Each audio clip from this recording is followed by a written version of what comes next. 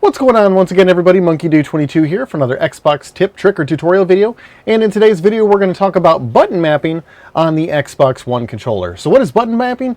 Button mapping basically gives you the option to swap out any of the different button inputs on your controller to something else. So let's say, for example, I wanted to take the A button and I wanted to swap it with the B button so that the A button becomes the B button and the B button becomes the A button. So let's go ahead and see how you do that.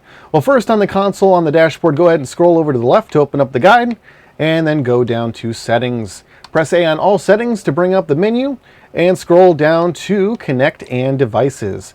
From that menu, go ahead and hit A on Devices and Accessories, and you're going to see your wireless controller that's connected to the console. Using that same controller, go ahead and press A on the Configure button, and you're going to see the option to do button mapping or restore defaults. So if you make any changes to the button mapping and you want to just press one button to change all of it, go ahead and hit the restore defaults, and I'll show you what that looks like in a second. So we're going to hit A on button mapping, and we're going to see a whole bunch of options here. There's the turn on vibration. So if you wanted to turn off vibration, boom, there you go. Vibration's no longer on the controller. But let's go ahead and swap the A button for the B button as the example. So if you hit down on this little drop down box here, you'll see all the different buttons that you can actually configure.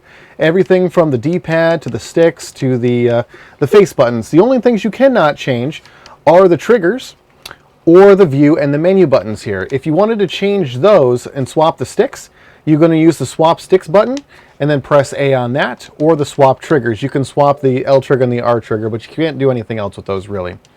So let's go ahead and swap the A button for the B button. So now we're going to hit the B button here, or the A button, to map it to the B button.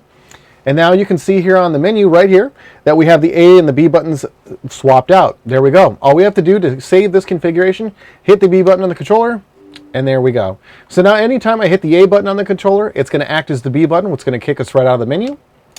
And if I hit the A button, it's going to bring us right back in.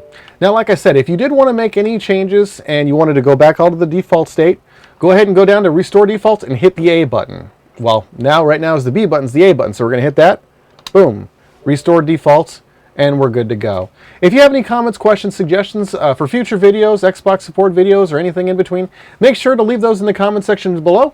I'll be sure to answer those as soon as I possibly can. Leave a big like on the video, as well as subscribe to the channel, and share it out with your friends if they're also interested in configuring the different buttons or button mapping on their Xbox One console. I'm MonkeyDude22. Thanks again for watching, and I'll see you in the next video.